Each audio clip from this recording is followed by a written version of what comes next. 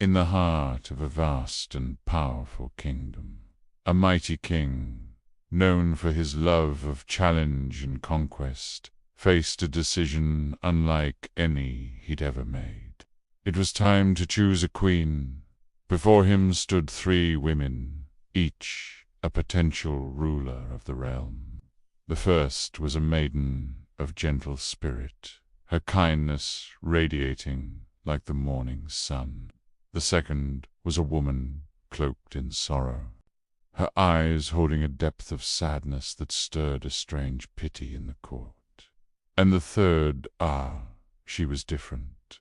Her chin was held high, her gaze sharp and defiant, an air of unyielding arrogance surrounding her like a royal cloak.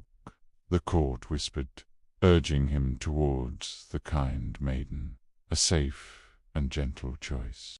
But the king, a man who had scaled impossible mountains and tamed wild beasts, saw no challenge in kindness. The sad woman's sorrow was a puzzle he had no interest in solving. It was the arrogant one who captured his attention. Her fiery spirit was a fortress he felt compelled to conquer, a challenge that mirrored his own ambitious nature. He saw her not as a partner, but as his greatest conquest yet. Ignoring the wise counsel of his advisers, he chose her, the woman whose pride rivaled his own. The kingdom celebrated the royal wedding with a week of grand festivities.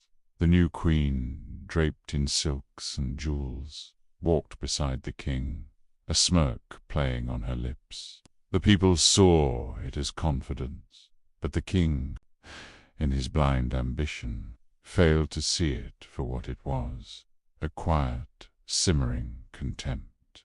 He believed he was taming a lioness, unaware he was simply a pawn in her long game.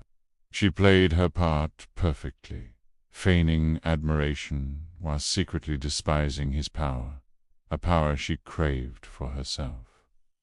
Months turned into a year, and the queen's influence grew. She moved through the court like a shadow, her words dripping with sweet poison, turning allies against one another and isolating the king from those who were truly loyal. One fateful evening, during a lavish state dinner, she proposed a toast. She raised a special goblet, one she had prepared just for him, her eyes sparkling with a sinister light he mistook for affection. He drank deeply, praising her name, completely oblivious to the fast-acting venom now coursing through his veins. Within moments, the mighty king collapsed, his reign ending not with a bang, but with a poised whisper. The arrogant queen seized the throne, her victory swift and brutal. But the story doesn't end there. Deep within the ancient woods lived a sorcerer of immense power, a man known only as Merlin. He had served the king's father and had watched over the kingdom for decades. Feeling a dark shift in the land's magic, he journeyed to the castle, only to find the king entombed, and the treacherous queen ruling with an iron fist. Using ancient and forbidden magic, Merlin worked through the night, chanting over the king's cold body. As dawn broke, the king's eyes snapped open. He was alive, the poison purged, his memory of the betrayal burning like a fire in his soul.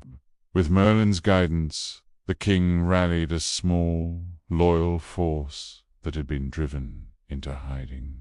He stormed the castle, not as a king reclaiming his throne, but as an instrument of vengeance. The queen, basking in her newfound power, was caught completely off guard. She saw him standing there, a ghost from the grave, and for the first time, her arrogant facade shattered, revealing pure terror. There were no words, no trials. The king, a man remade by betrayal and magic, advanced on her. Her fate was sealed not by a royal decree, but by the cold, sharp tip of the king's blade.